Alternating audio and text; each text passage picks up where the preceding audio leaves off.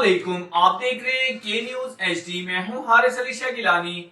चलते हैं आज की अहम खबरों की तरफ। रुख करेंगे इस्लामाबाद का। पाकिस्तान तहरीक इंसाफ PTI के रहनुमा डॉक्टर शहबाज गिल ने कहा है कि अच्छी खबर का क्रेडिट इमरान खान और पाकिस्तान के अवाम को जाता है।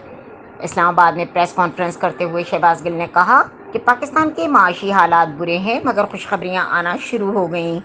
शहबाज गिल ने कहा कि फेटफ से निकलने के लिए पाकिस्तानियों को मुश्किल फैसले करने पड़े थे। इमरान खान ने टीम बनाई और हम्माद अजहर को लीड दी। साढ़े तीन साल की मेहनत के बाद फेटफ से निकल रहे हैं।